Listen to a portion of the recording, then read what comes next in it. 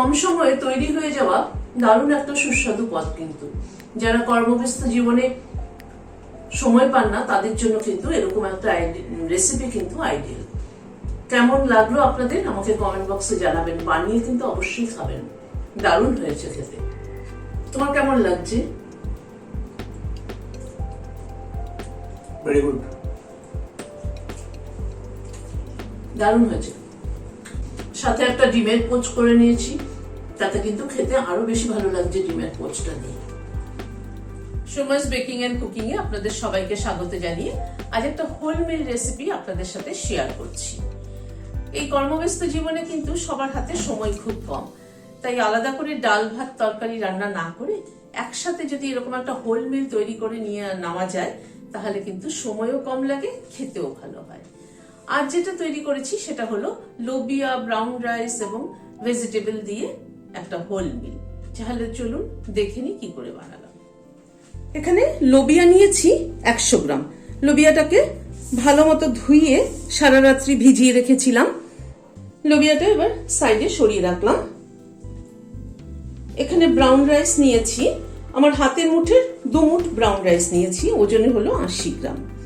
এটা কিন্তু ইন্ডিয়া গেটের ওয়েট ওয়াচার ব্রাউন রাইস, খাওয়াও কিন্তু স্বাস্থ্যের পক্ষে ভীষণ ভালো। লোবিয়া এবং ব্রাউন রাইস দুটোই কিন্তু খাওয়া স্বাস্থ্যের পক্ষে ভীষণ ভালো। ব্রাউন রাইসটাকে জল দিয়ে ভালো করে ধুয়ে নিচ্ছি। এভাবে ধুয়ে 3-4 বার জল বদলে নিচ্ছি। ব্রাউন রাইসটা ভালো করে ধুয়ে নিলাম। এবার গরম জলে ব্রাউন রাইসটা ভিজিয়ে দিচ্ছি। ব্রাউন রাইস কিন্তু সেদ্ধ হতে সময় নেয়। এটা কিন্তু আমরা যেরকম নর্মাল ভাত করি হাঁড়িতে বা সসপ্যানে, সেরকম করলে কিন্তু অনেক সময় নেবে। সেজন্য ব্রাউন রাইসটাকে প্রেসার কুকারে দিলে তাড়াতাড়ি হয়ে যায়, আর একটু গরম জলে ভিজিয়ে দিলে আরো তাড়াতাড়ি হয়ে যায়। গরম জলে হাফ এন আওয়ার মতো ভিজিয়ে রাখবো। হাতে সময় থাকলে ঘন্টাখানেক ভিজিয়ে রাখতে পারলে আরো ভালো হয়। চালটা লোবিয়াটা সেদ্ধ হতে হতে আমি এখানে একটু সবজি কেটে নিচ্ছি। এখানে এক টুকরো মানে একটা বড় গাজরের অর্ধেকটা নিয়েছি, 10-12টা বিনস নিচ্ছি আর 3টে টমেটো নিয়েছি। সবজিগুলো একটু কেটে নিচ্ছি।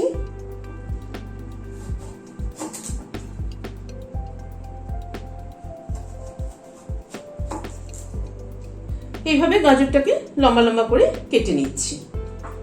বিনসটাকেও এরকম লম্বা লম্বা করে কেটে নিচ্ছি। এরকম লম্বা লম্বা করে বিনসটাও কেটে নিচ্ছি। টমেটোটাকেও ছোট ছোট টুকরো করে কেটে নিচ্ছি।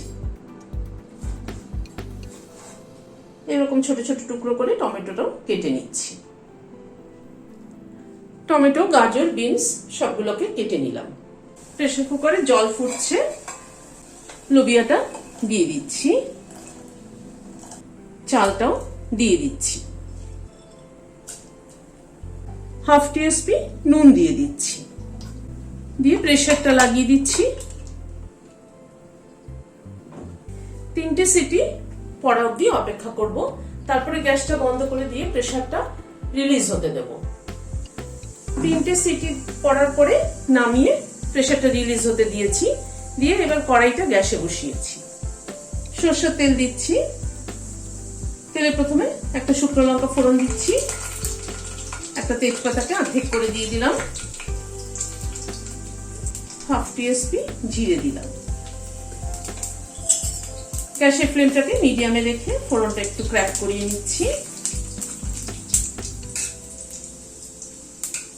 এখানে 2টো মিডিয়াম সাইজের পেঁয়াজ কুচি করে নিয়েছি, সেটা দিয়ে দিলাম।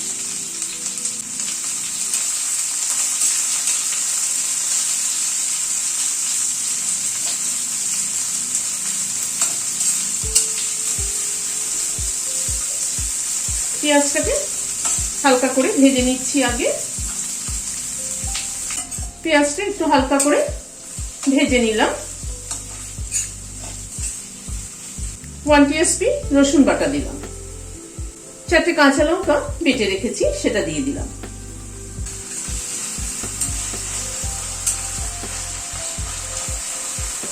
রসুন আর কাঁচা লঙ্কাটাকে পেঁয়াজের সাথে প্রথমে ভেজে নেব।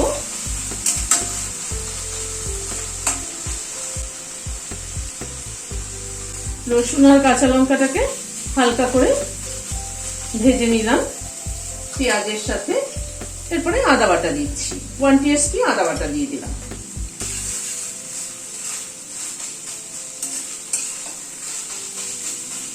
আদা বাটাটা দিয়ে আবার একটুখানি কষিয়ে নিচ্ছি।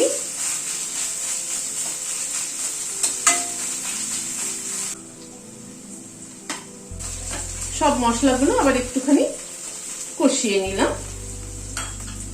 এবার কিছু গুঁড়ো মশলা অ্যাড করছি। হাফ টিএসপি হলুদ দিলাম, half TSP Kashmiri red chilli powder দিলাম, 1 টিএসপি ধনের গুঁড়ো দিলাম, হাফ টিএসপি একটু বেশি নুন দিলাম, কারণ ওই সেদ্ধর মধ্যে কিন্তু নুন দেওয়া আছে। সব গুঁড়ো মশলাগুলো দিয়ে আবার একটু কষিয়ে নিচ্ছি।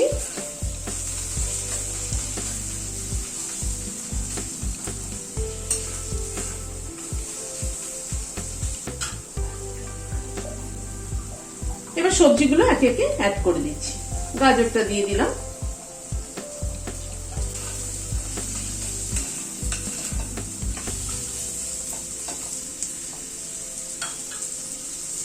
টমেটোটাও দিয়ে দিলাম। বিনসটা একটু পরে দিচ্ছি, কারণ বিনসটা কুক হতে কিন্তু সময় লাগে না, গাজরটা কুক হতে একটু সময় লাগে।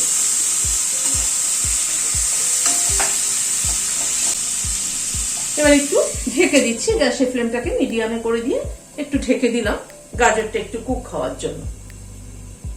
মিনিট 2 মতো ঢাকা ছিল, ঢাকাটা খুলছি।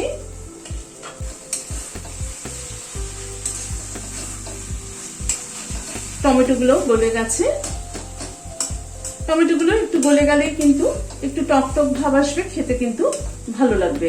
আর টমেটোর পরিমাণটাও একটুখানি বেশি দিলে খেতে ভালো লাগে। এবার বিনসটা অ্যাড করে দিচ্ছি।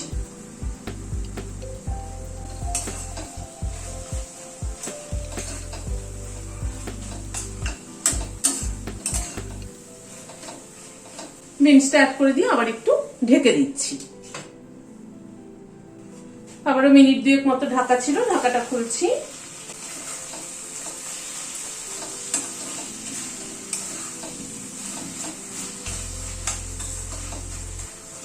সবজিটা মশলাটা আরেকটু কষিয়ে নিচ্ছি। সবজিটা মশলাটা আরো 2-3 মিনিট একটু কষিয়ে নিলাম। এবার চাল আর লোবিয়া যেটা সেদ্ধ করে রেখেছিলাম সেটা দিয়ে দিলাম।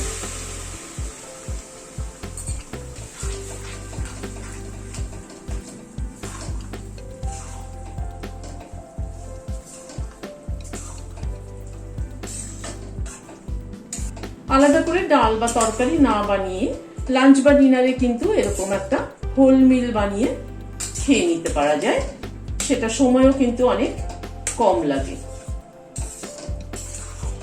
একটু ফুটে উঠুক,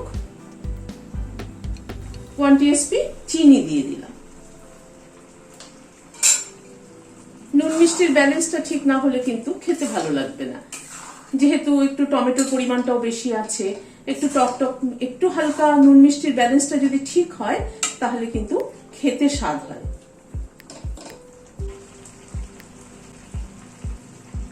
যারা চাকরি বাকরি করেন তাদের হাতে তো এত সময় থাকে না, এইভাবে কিন্তু খুব সহজেই কিন্তু একসাথে একটা হোল মিল তৈরি করে নিলে খেতেও ভালো লাগবে আর খাওয়াও তো ভীষণ ভালো। লোবিয়া, ব্রাউন রাইস সবই কিন্তু হেলথের পক্ষে ভীষণ ভালো।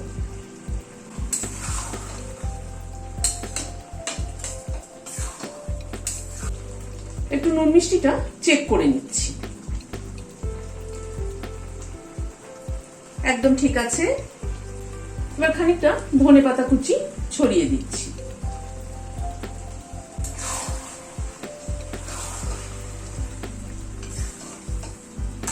গ্যাসটা বন্ধ করে দিলাম, দিয়ে ঢেকে দিচ্ছি স্ট্যান্ডিং টাইম 5 মিনিট, ধনেপাতার ফ্লেভারটা অ্যাবজর্ব হওয়ার জন্য।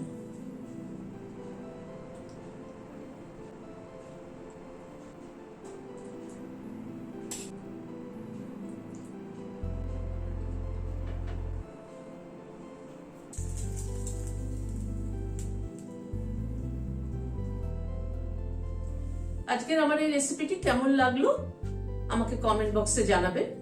আর যদি ভালো লাগে তাহলে একটা সাবস্ক্রাইব করার অনুরোধ রইল। আজ তাহলে এখানে শেষ করছি।